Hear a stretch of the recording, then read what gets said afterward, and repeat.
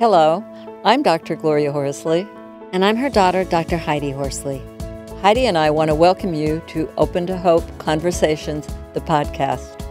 We believe that the greatest gift you can give yourself after a loss is hope, using this moment to connect with others who have not only survived but thrived.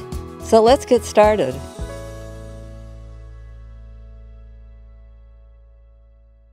Welcome to the Open to Hope Show. I'm your host, Dr. Gloria Horsley, with my daughter and co-host, Dr. Heidi Horsley.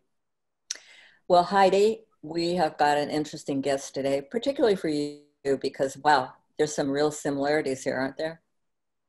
Absolutely, Mom. We're going to have another bereaved sibling on today. And she and I have a lot in common because we were both in college when our siblings suddenly died in a car accident. Her name is Beth Lamey, our guest.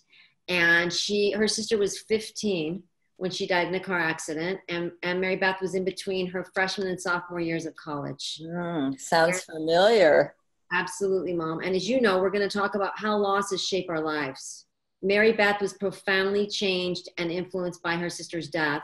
And it really impacted the shape and direction of her professional and personal life, which I completely identify with. Today, she is a licensed clinical social worker, the community outreach director for Thompson Funeral Home, and she does continuing education for professionals in the field of grief and loss. So welcome to our show, Mary Beth. Well, thank you. Hi, Mary Beth. So great to have you on today. Bring us back, Mary Beth, a little bit to early on, your sister dying and you hearing and what that then ended up looking like at the beginning.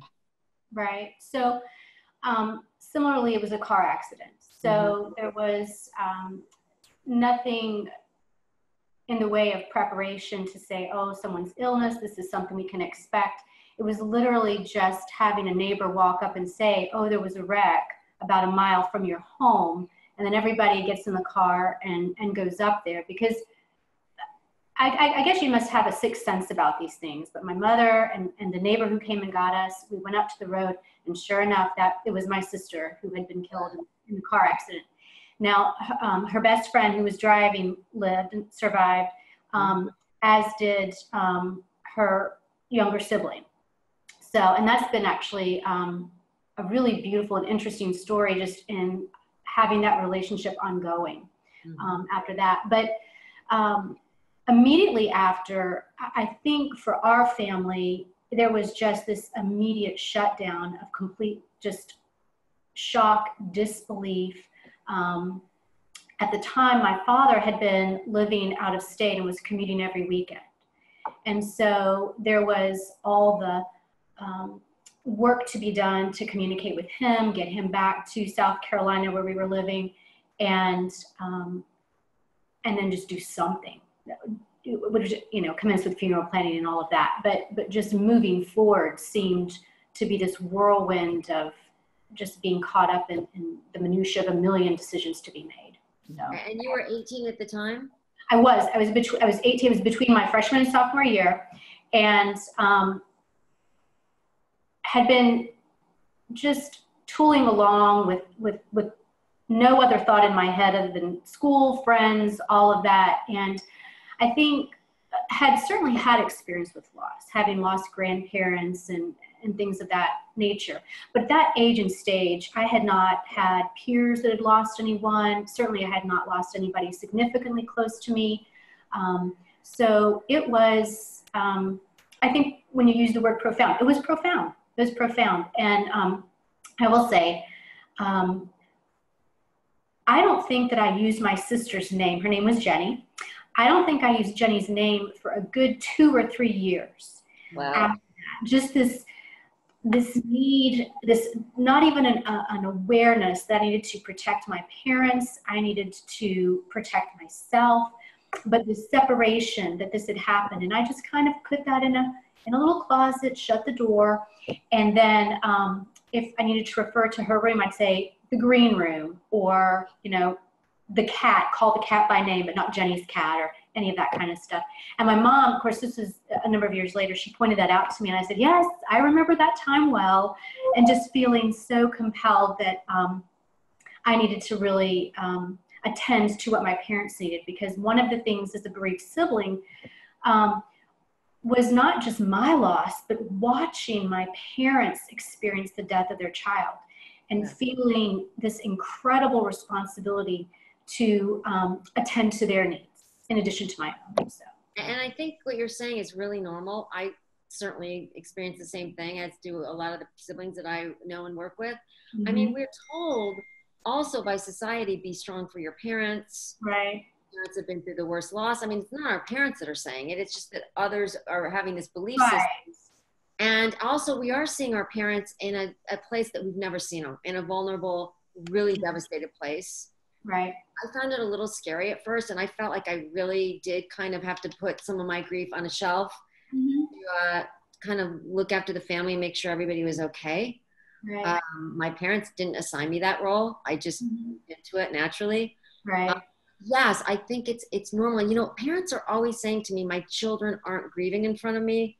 I don't know why, and I'm worried about them, and I don't know why they're withholding. And I'm like, they're not withholding. They just don't want to upset you anymore, and they're trying to kind of be normal kids also. Right. And you know, here's the thing, particularly at that age and stage of development, I had nothing to draw on. I had no prior experience, so I had nothing to kind of pull on other than the shoulds that we tell ourselves, what I should do, or you know, what occurs to me when I see my mother, you know, shutting herself in the bathroom crying, and that immediate need to take care of her. What would you have liked to have been different?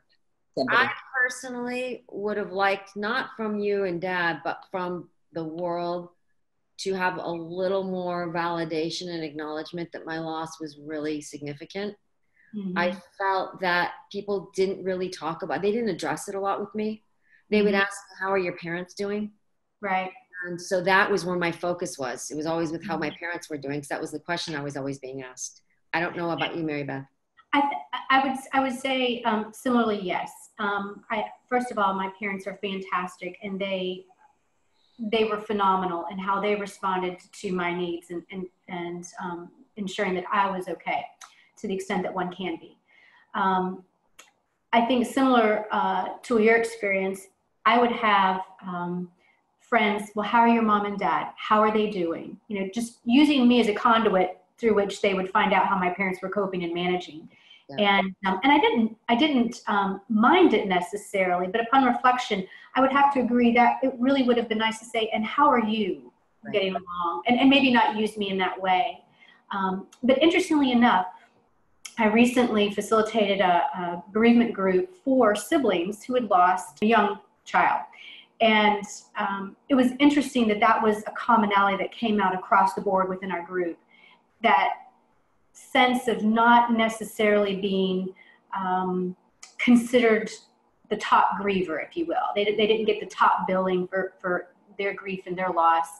And so they felt a little bit pushed to the side sometimes, and would have appreciated folks giving them a little bit more attention to their own loss. When I referred back to those first few years after my sister's death, and I completely avoided it, it was shortly after that time, before I went back to grad school, because my undergrad's actually in business. And I did that for a few years and enjoyed it. But my nature, my personality is such that I've always been drawn to, social work, to helping folks. So when I went back and I started thinking, this is really something I want to pursue professionally. I want to leave business. I want to get into social work.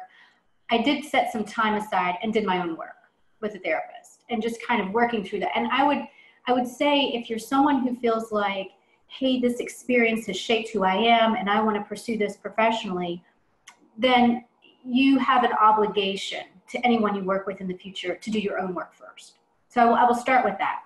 Secondly, I did go on and went into graduate school, pursued my social work degree, and went directly into working with teens in crisis.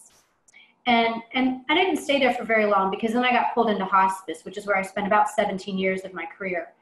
And I found that certainly that experience informed me on a level of empathy and being able to connect with people and understanding what we had spoken about, that not every person that you encounter may be receiving attention in the way that they need to grieve. In other words, having that loss validated for them. What have you found in working with all these siblings and being a bereaved sibling yourself has helped?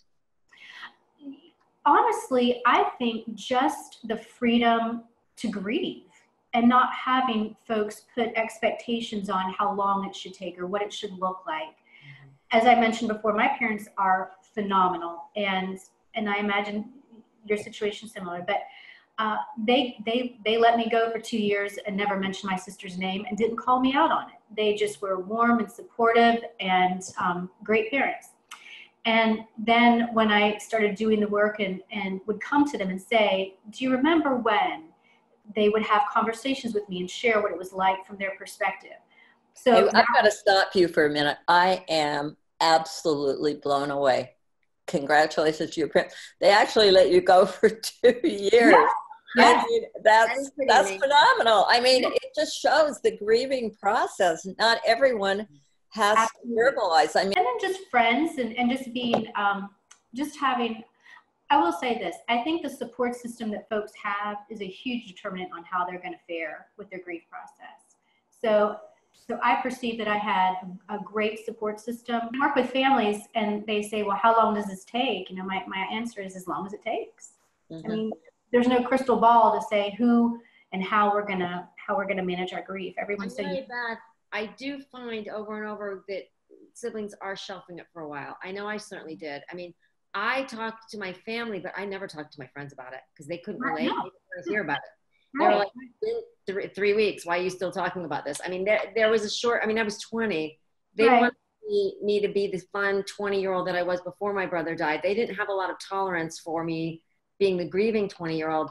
I felt like to a certain extent, I had to put some of it on the shelf because I wanted to be a 20-year-old. Mm-hmm. And I was overwhelmed by the idea of going there in this grief, you know, into this grief. So I find it over and over, people say we shelved it for a little while. And like you said, that's okay. Career-wise, you started moving in that direction. Yes. And we were talking about how it shapes it through life. As time goes on, you guys have moved into it.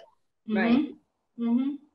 In an interesting changed way. my career path completely. I mean, Mm-hmm. and I was told over and over and over by professors, don't go too far into it. Don't do your doctoral dissertation on the sudden death of a sibling, which, by the way, I did do it on the sudden death of a sibling. It was the only reason I was in psychology.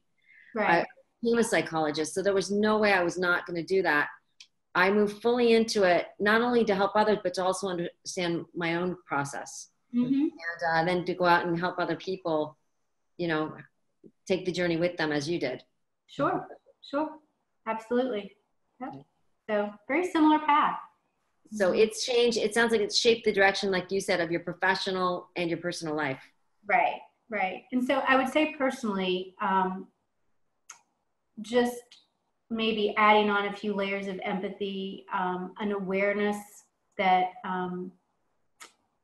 not to be so quick to assume things about other people and what they're experiencing and how they're experiencing it. And just how quickly things change. And so just this much deeper appreciation for what I have in this moment, mm-hmm. because I might not have it in my next moment. We hear so much about self-care. And so I would say start there. And sometimes self-care doesn't have to be, you know, drink a lot of water, sleep and all that. It can be just give yourself permission. If no one else is, give yourself permission to just go at your own pace. You're not competing with anybody and you're not trying to measure up to any standard on grief. There's no award who grieves the best or the most effectively. And I think when we remove any expectations from ourselves and give ourselves permission, we're able to do the work that we need to do at the pace we need to be doing it. Because we're all at different stages and phases of life. We don't all need therapy. We don't all need support groups. And one of my favorite, I digress for a second. One of my favorite programs that I have is I have a social group for single seniors who've lost spouses. Right. And that was actually born out of my work in hospice and recognizing not everyone needs a grief support group. Mm-hmm. But what they do need is to rebuild and construct a good support system. You know, one of the things that I really resonate with me that you're saying is that I love the idea, rather than a support group, look for building your support system. I work for Thompson Funeral Homes in Columbia, South Carolina, and we are, I'll do my little website here. It is thompsonsfuneral.com, www.thompsonsfuneral.com. All right. Well, thank you so much for being on the show today. It's been wonderful, and for all the great work you're doing. I know in the name of your sister, Jenny, very important. Thank you. Oh, thank you. Thank you so much, Mary Beth. And thank you for building awareness for sibling loss also. Oh, thanks. And thanks everybody for watching this show. And Heidi and I always want to remind you that if you've lost hope, please lean on ours until you find your own, and God bless. I'm Dr. Heidi Horsley. You have been listening to Open to Hope, the podcast. You can follow Open to Hope on Facebook, Instagram, and Twitter. To learn more, visit us at opentohope.com and go to Apple Podcasts to subscribe. I'm Dr. Gloria Horsley. Join us again next week for another Open to Hope conversation, where we invite you to lean on our hope until you find your own.